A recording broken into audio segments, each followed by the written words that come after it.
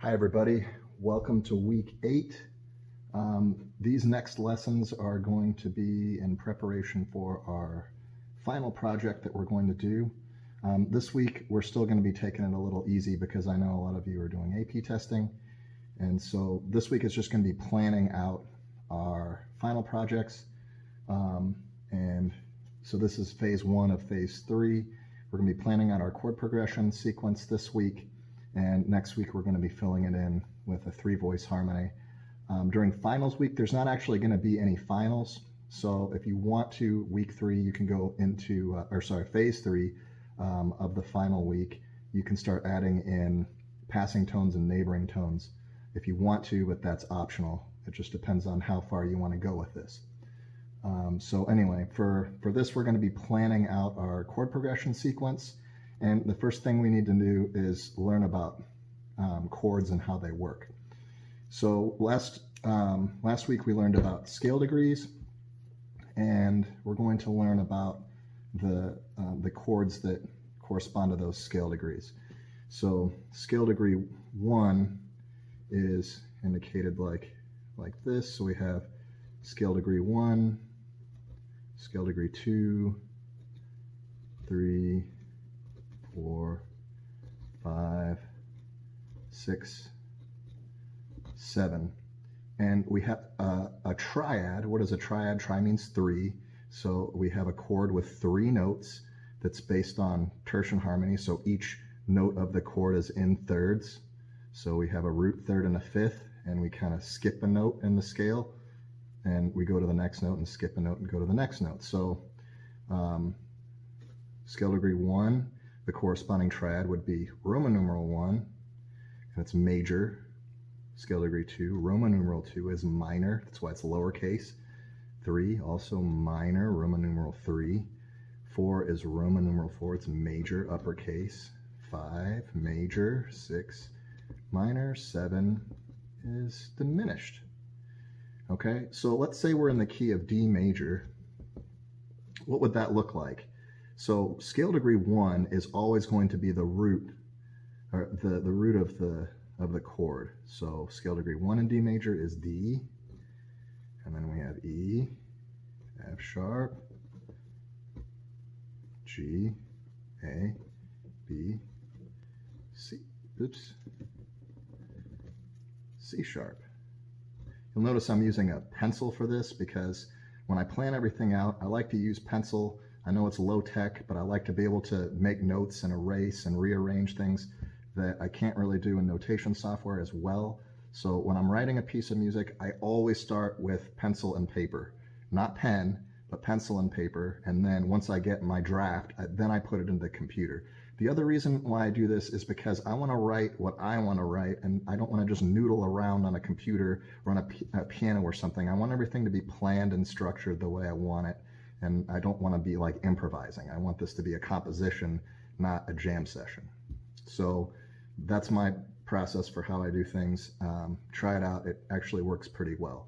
So now that we have all the roots, we need to get the thirds and the fifths. So we're going to go D, we're going to skip the next note in the scale, and then which is E, and then we go to the next note, which is F sharp. Now for the fifth, we skip G, and then we go to A, root, third, fifth. See how there's a missing note here and a missing note here? That's why everything's in thirds, okay? So for this one, E, G, B, F sharp, A, C sharp, G, B, D, A, C sharp, E, B, D, F sharp, and then C sharp, E, G. Okay, so that's how you figure out, based on the Roman numeral, what chord tones you're going to have based on the scale degree and the corresponding Roman numeral. Now we have to figure out which chord can go to what. Okay, and for that, use this map right here. Okay, so we have 3 can go to 6. Sometimes people get 6 and 4 confused. Make sure you get those Roman numerals right. Now 6 can go to either 4 or 2 So it can go kind of either direction. And 4 can go to 2, and 2 can go to 4. Okay?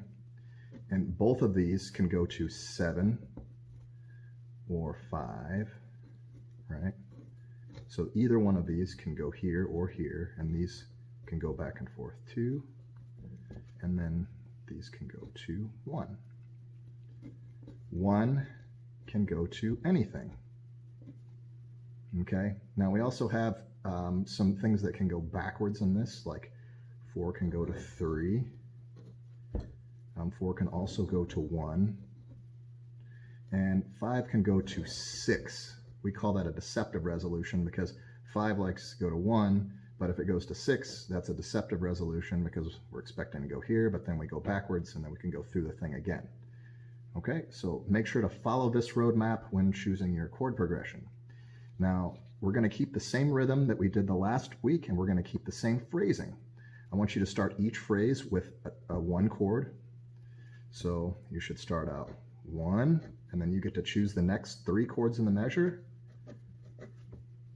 Okay, and then what I want you to do is end with a half cadence. So you get to choose this one, which is going to be a quarter note, and then 5, 1. Okay. Now for the next phrase, I want you to start with a 1 chord again. You get to choose the next 3. And then you can choose this one here. Now we're going to end with an authentic cadence. So it's 5, 1. Sorry, I messed this up. This is supposed to be a half cadence. 1, 5. That's why we use pencil. All right. So this is going to be 5, 1. All right, you got it? So you get to choose these using this map, and then we're going to flip over the page and we're going to chart out all of the possible notes that we can use for our chord progression, and that's going to be our roadmap for what we're going to do the next week.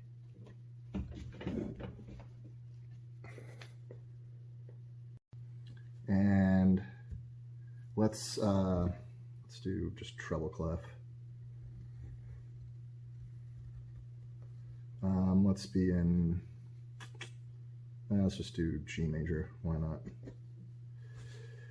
Okay, so we're going to have, we know we're going to have quarter note, quarter note, quarter note, quarter note, second measure, quarter note, half note. Then we're going to have quarter note, quarter note, quarter note, quarter note. I have quarter note, half note. We're going to end with a double bar because that's the end. Okay, we know this is going to be 1. We know this is going to be 1, 5. We know this is going to be 1, and we know this is going to be 5, 1. And the rest we kind of have to figure out. So in G major, 1 is G. So we're just going to write out the notes that we could possibly be using, which is G, B, D. We could use this high G too if we wanted, and then we'll figure out this stuff later. This is going to be the same chord. Sorry, this is, make sure that you're writing clearly. G, B, D, G.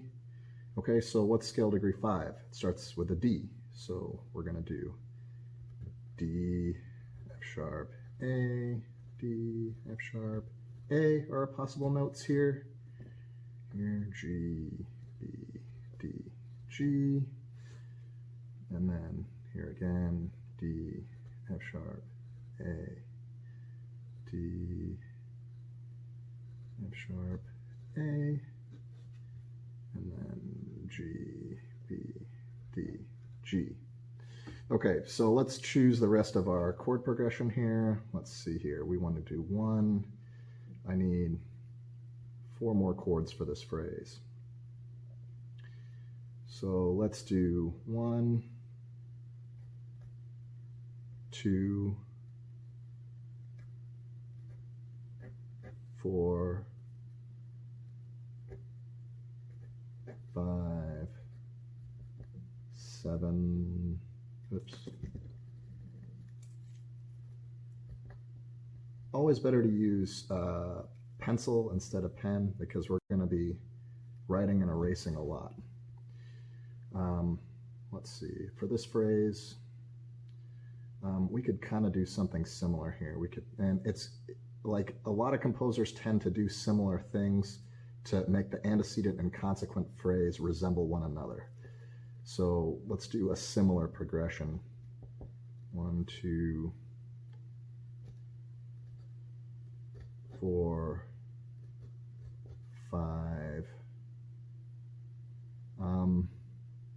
But then let's see, and then we'll just do 1, 5, 1 to end it. Okay, so the 2 chord is going to be A minor, A, C, E, A. The 4 chord is going to be C major, G, C, E, G. Then we have the dominant again, D, F sharp, A, D, F sharp, A, G, B, D, G. Let's go back and do these. So we have the 2 chord again, that's going to be A minor again, A, C, E, A, and we may use this E down here. Who knows? Probably. This 4 chord here is C major. So E, G, C, E, G. Got the dominant again, which is D major, D, F sharp, A, D, F sharp, A. 7 is going to be F sharp diminished, so F sharp, A, C, F sharp, A. So now we have all of our chords written out. So for our, we're going to be planning a 3-voice harmony using these notes, and we're going to follow all of the same rules, except we can use different inversions of chords now, which means we can use the perfect fourth in certain situations. So a triad is going to have 3 notes: the root, the third, and the fifth. Okay? Root, third, fifth, and we can use these notes in different orders. We can do root, third, fifth. We can do third, fifth, root, or we can do fifth, root, third. For now, we're not going to use this. So this is called root position. And this right here is first inversion.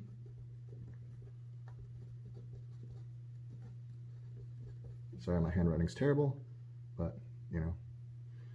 And this is going to be second inversion. So you'll see in a second version chord we have a fourth in between the lowest note and the next note, and that is dissonant. So that's why second inversion chords are dissonant, and we're not going to be using them right now. The first inversion chord also has a fourth here, but it's not with the lowest voice. It's within the middle voice and the upper voice, and that's okay, but just not with the lower voice. That's not allowed. So when we're doing 2-voice harmony, you only had 2 voices. So that's why we couldn't use the fourths. Root position chords are fine. So next week when you start composing, you're going to be alternating between these 2 inversions, and we're also going to be talking about doubling. You don't have to use every note of every chord. You could do root, third, fifth. You could do root, third, root. Or in some cases, you could do all roots. You should really only reserve this for your final note. You shouldn't be using this like in the middle, because there's really, it's hard to determine implied harmony here. With a root and a third, you can get some implied harmony. With the complete chord, you can get, you know, it's obvious what it's going to be. If it's all roots, or if it's like root, fifth or something, then like there's no third to be able to tell you what chord it is to your ear. So those are going to be our doubling rules. So for this week, I want you to do this part of the assignment right here. Plan your chord progression. Make sure it follows this chart, make sure that it uses this rhythm. Where am I? All right. Make sure it uses this rhythm, and just write out all the notes so that you know what notes you're going to be picking from when you start adding your triad voices in, and start choosing your inversions and your doubling, so that you are following all of the part writing rules that we've been learning for the past 8 weeks. So I hope you enjoy this. I would recommend that you do this on paper because it makes things a lot easier. And just take a picture of it and post it in the discussion on Schoology. Thanks, and have a great week. We're dialing it back this week because I know a lot of you are doing AP testing and stuff. So this week we're just doing some planning. Next week we'll start adding the triads in. That's the second phase. The third phase is going to be during quote-unquote finals week, but we don't actually have finals during finals week. It's like a makeup week. The third phase will be optional. You won't have to do it. It won't be for a grade, but we'll start adding some of the dissonances in that we talked about with the neighboring tones and passing tones. And this time, when we're using triads, they're called non-chord tones, or NCTs for short. So I hope you have fun with this. Have fun planning your harmony. Know what chords you're going to choose from and what notes are possible. And that should help you a lot for next week when we start adding voices. So have a great week.